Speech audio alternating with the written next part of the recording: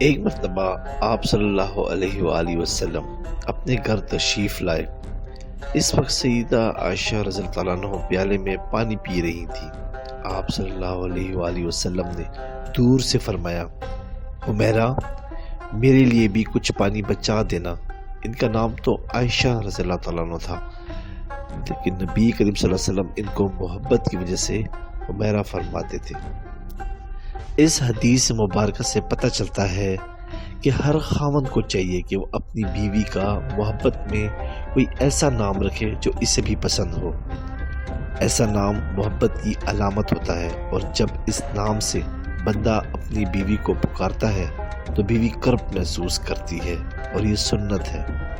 نبی کریم صلی اللہ علیہ وآلہ وسلم نے جب فرمایا کہ حمیرہ میرے لیے بھی کچھ پانی بچا دینا، تو سیدہ عائشہ صدیقہ رضی اللہ عنہ نے کچھ پانی پیا اور کچھ پانی بچا دیا۔ نبی کریم صلی اللہ علیہ وآلہ وسلم ان کے پاس تشریف لے گئے اور انہوں نے پیالہ حاضر خدمت کر دیا۔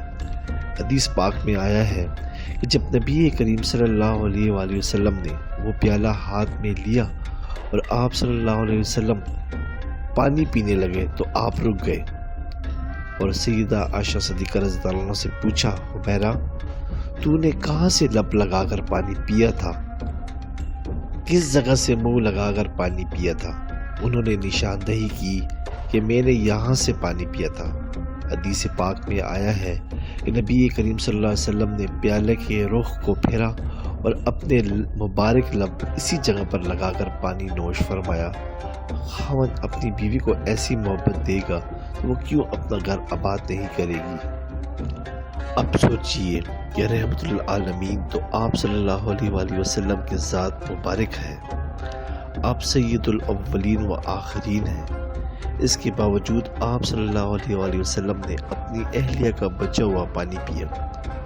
ہونا تو یہ چاہیے تھا کہ آپ صلی اللہ علیہ وسلم کا بچا ہوا پانی پیتی، مگر یہ سب کچھ محبت کی وجہ سے تھا۔